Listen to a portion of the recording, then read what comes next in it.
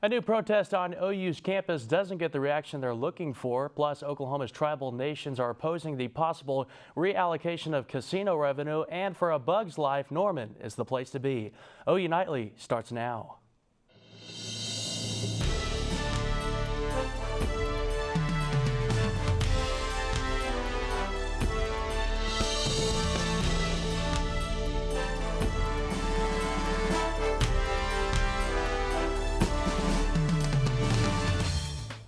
Hello, thanks for joining us for OU Nightly. I'm Libbey Dean. And I'm Cal Day. Students at the University of Oklahoma are no stranger to protesters, and today was no different. The group Bloodstained Men and their friends were on campus today as one of the 17 college campuses they are touring this fall.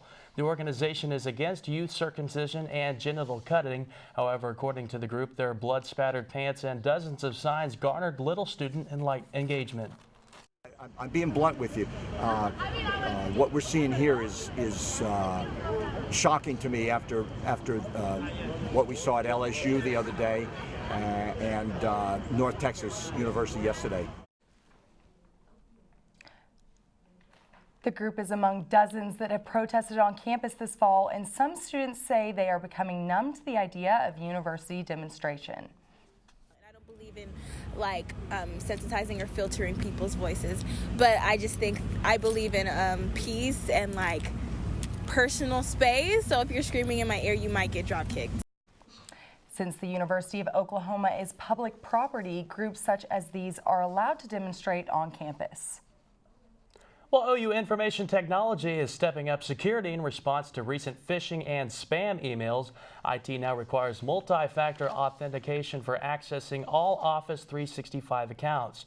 Students and faculty will need to register a device through an app called Duo when accessing these sites off campus. Duo then sends verification by a phone call, push notification, or a passcode. The purpose is to provide better security all around. Say someone tries to access your email account or your Office 365 account, the second factor for the authentication, the Duo piece, just make sure that it's you who's accessing that account and trying to send an email versus someone who's just abusing your credentials. And those having trouble with getting their email can set up with Duo. You can contact OU Information Technology for assistance. Some Oklahoma residents can now text 911. OU Nightly's Abby Foster reports on how this could benefit the Norman community. This new 911 system is now available in central Oklahoma. If you live in certain Oklahoma counties, you can now text 911 using your phone instead of calling in emergency situations. If you live in Oklahoma, Cleveland, Logan, or Canadian County, you now have this option. With this being 2019, texting is a significant form of communication for people nowadays. Not only some people are more comfortable with text versus calling on the phone, but yet you might not be in the situation to where you can talk. This will now allow for more help for people who are hearing and speech impaired as well. It allows us to be able to communicate with people that we would not be able to communicate with otherwise. Lieutenant Washawn sees there is a very possible safety concern on the roads. Please refrain from texting and driving. You know, if you're driving, obviously put it on hands-free if you need to call 911. Not only will this help people in emergency situations when they need to remain silent, but also if it's too loud around you to call. There's a lot of times that people cannot talk. If think somebody's in their house, they want to stay quiet. If they're at a concert or a football game or someplace where you can't hear. Bishop says sending the first text is a new option, but texting with 911 is nothing new for Norman. And we've had this technology through a program that the city has had for over a year with a RAVE program, which we could always return text, but we could never receive the initial text. But Bishop is hopeful for the program to help the community. I think that it's going to be very beneficial because more people text now than talk. So people are more comfortable sometimes giving up information if nobody around them is hearing them. Abby Foster, OU Nightly. Lieutenant Washawn says calling 911 is always preferred over texting, and there can be some delays in response time from a text. Well, police arrived at Remington Park last night after 5 racehorses were cut with a sharp instrument in the neck and face areas. The suspect, Dakota Wilburn, has been arrested on animal cruelty charges after video evidence showed the 25-year-old man who lives at the park walking up to the horses, making a slashing motion. The racehorses are worth more than $100,000. Now, luckily, the veterinarian who responded to the incident says all injuries look to be non-life threatening. And Libby, if you've stepped outside today, it's a beautiful day out there. It sure is. Nash Rhodes is here to join us with the weather. Yeah, that's right, Libby. If you went outside, you probably noticed it's much cooler than we were yesterday. And the main reason for that is we had a fairly strong cold front roll through yesterday afternoon. Dropped our temperatures down quite a bit. As you look at the last 24-hour temperature change, we are down 6 degrees here in Oklahoma City from where we were yesterday, all the way down 21 degrees from where we were down in Ardmore. Now, looking at the weather headlines coming up, we'll have an update on when we can expect our next cold front. Also, a forecast for the OU West Virginia matchup coming right up. Back to you guys at the desk. Thank you, Nash. Oklahoma Christian University expelled an unnamed student yesterday after campus police were alerted about a student living on campus with a handgun and semi-automatic weapon. Officials acted swiftly, dismissing the student from OC and prohibiting his return to university grounds. While responders don't feel like the student would have used the firearms on campus, the university upholds a strong no weapons on campus policy. And the president has had a lot to say in regards to Turkey's invasion of Syria. Sofia Olivas has more in the news center. Sofia. That's right, Cal. Donald Trump continued to defend the withdrawal of U.S. troops in Syria as Turkey moves forward with its assault on the Kurds. During a news conference with the Italian president, he commented on the possibility of future Russian involvement. So if Russia wants to get involved with Syria, that's really up to them. They have a problem with Turkey. They have a problem at a border. It's not our border. We shouldn't be losing lives over it. The House has since voted its bipartisan condemnation of Trump's removal of American forces from Syria. And it may have taken 5 weeks, but General Motors has reached a deal that could end a strike of 50,000 workers. The tentative contract with the United Auto Workers Union is set to offer major gains for the GM workers. In September, employees began protesting pay, benefits, and treatment of temporary workers. The deal still needs leadership approval on both sides before it can take effect. And the FBI says California prison inmate Samuel Little is the most prolific serial killer in American history. That comes after years of investigating Little's numerous explicit confessions. Convicted of 8 killings, Little has also confessed to 93 murders, and the FBI has verified 50 of those, but believe each is credible. The agency is looking for any information to identify the rest of his victims and to bring justice home for each one. And finally, Speaker Nancy Pelosi has decided to hold off on a full vote to authorize a formal impeachment, saying, quote, "We are not here to call bluffs." Back to you guys. All right, thank you very much, Sophia. Well, tensions are on the rise as a 15-year-old agreement is set to expire. Coming up, what sparked a $1 million campaign? Plus, find out why Trump supporters will gather at the state's capital when OU Nightly continues.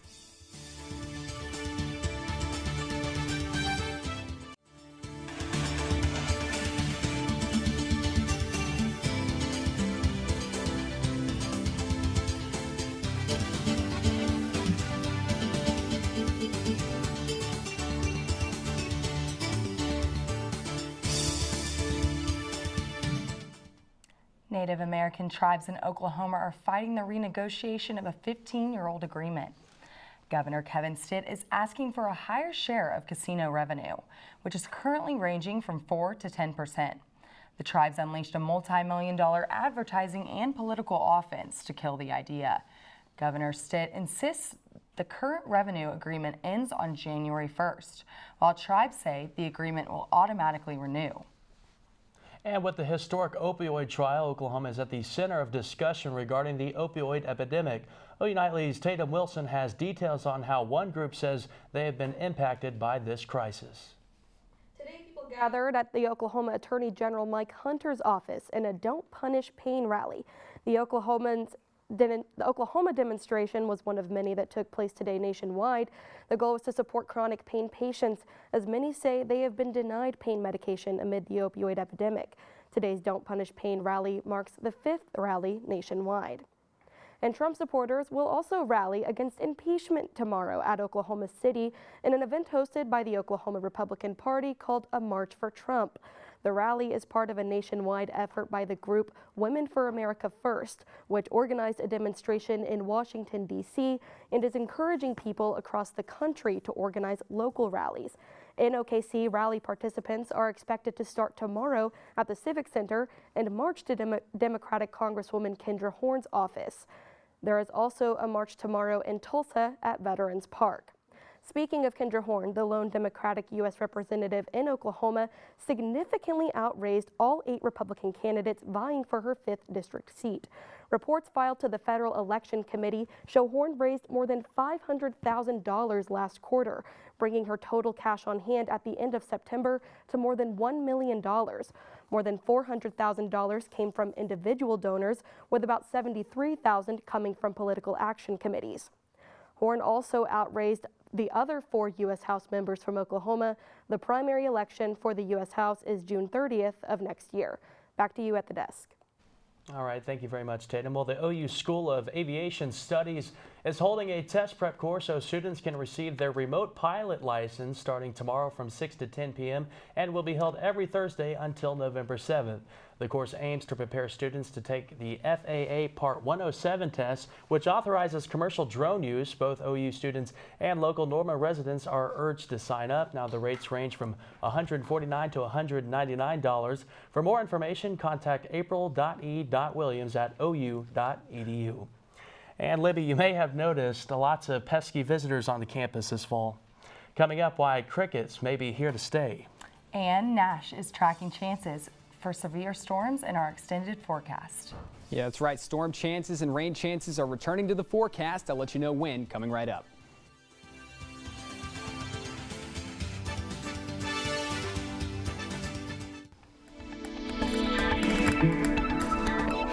Welcome back to OU Nightly. Here's a live look at downtown Oklahoma City on our Skyline camera. Notice mostly clear skies right now. It wasn't necessarily the case yesterday, but the big story is that temperature, 65 degrees right now, as we'll only heat up to about the upper 60s for today. But notice very dry outside.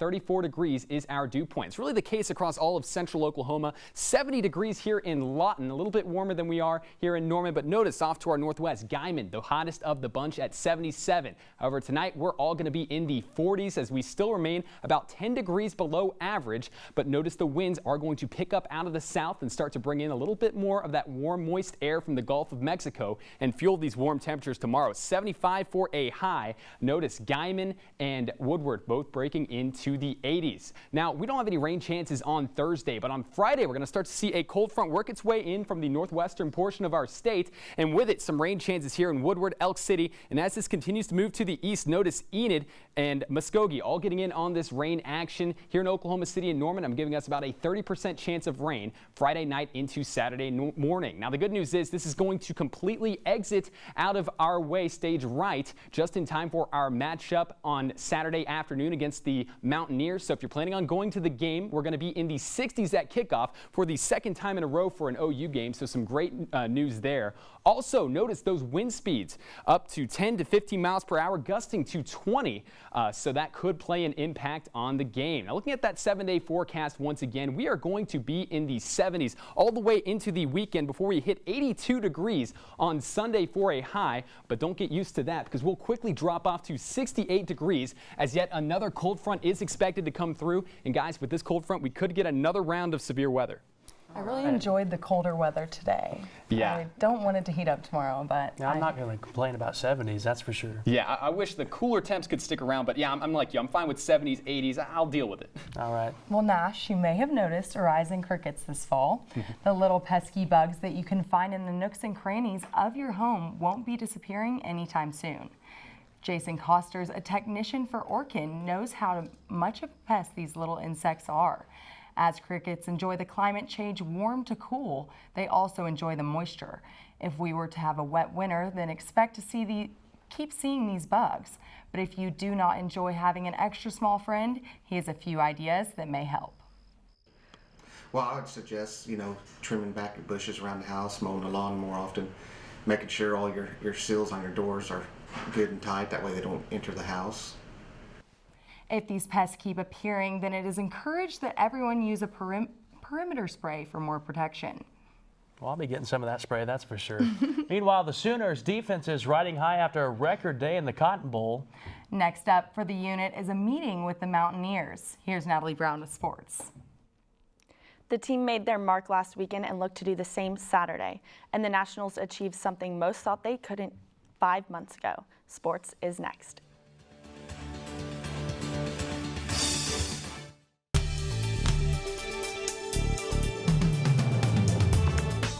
Welcome back to OU Nightly. I'm Natalie Brown, and it's time for sports. Staying focused is a phrase athletes use all the time, and this week it really applies to the OU football team.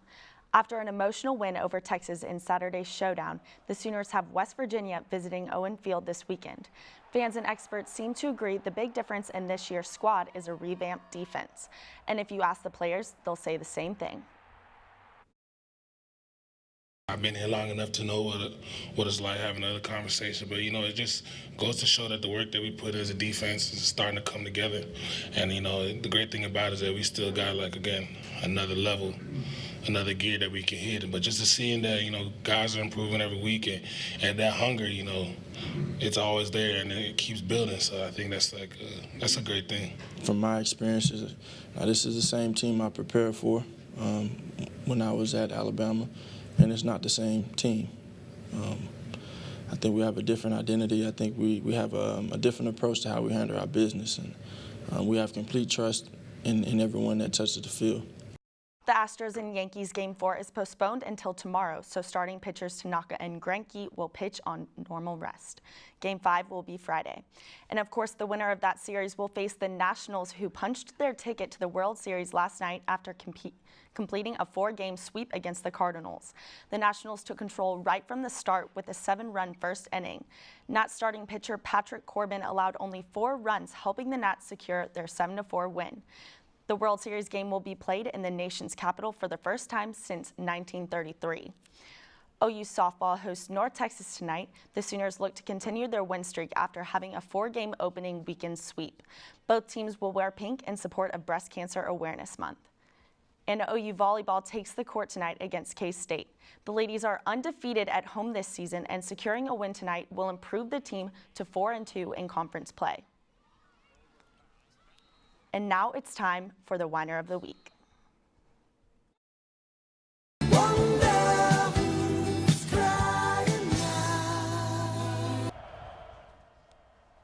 This week's whiner is Texas QB Sam Ehlinger. We all know him for his infamous tweet saying he remembers everyone who disrespects Texas by putting the horns down.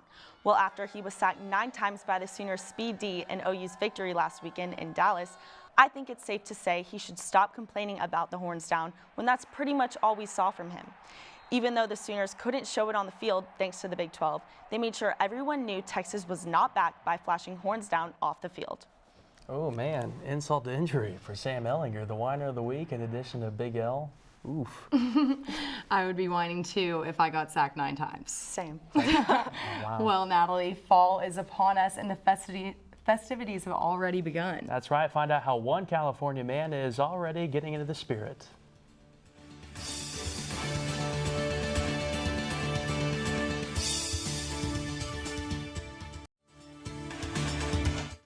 Welcome back to OU Nightly. I'm Scott Hawes at the Update Desk.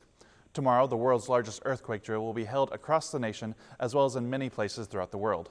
The event, Great Shakeout Earthquake Drill, is expected to have nearly 16.4 million people participate in the drill within the U.S. alone. The drill first began in California and is used to teach people to drop, cover, and hold on, as well as informing them what to do and what not to do in an earthquake. The timing for the record-sized drill will be at 10:17 a.m. local time. Libbey? Thank you, Scott. A California man's pumpkin hobby is paying off tonight.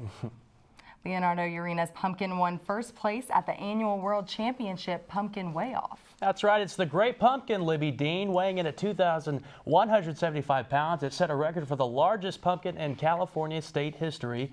Urina says he's always encouraging his pumpkins to keep growing. So I guess I'll start doing that to my GPA. Come on, you can do it. You can do it. We'll see if it's growing. Well, Nash, do you have any weather forecast for us for the game? Yeah, absolutely. If you're heading to the game, some great news. We're going to be in the upper 60s at kickoff for the second time in a row for the Sooners kickoff against the Mountaineers. So heading to that game should feel very nice, especially with that wind from the south at about 10 to 15 miles per hour. And over the next few days, we're going to be in the 70s, really only reaching into the 80s on Sunday until we have severe thunderstorms that'll drop us back down into the 60s to start the work week. All right, thanks, Nash. And thank you for watching OU Nightly, brought to you by the Gaylord College at the University of Oklahoma. We'll see you back here tomorrow night.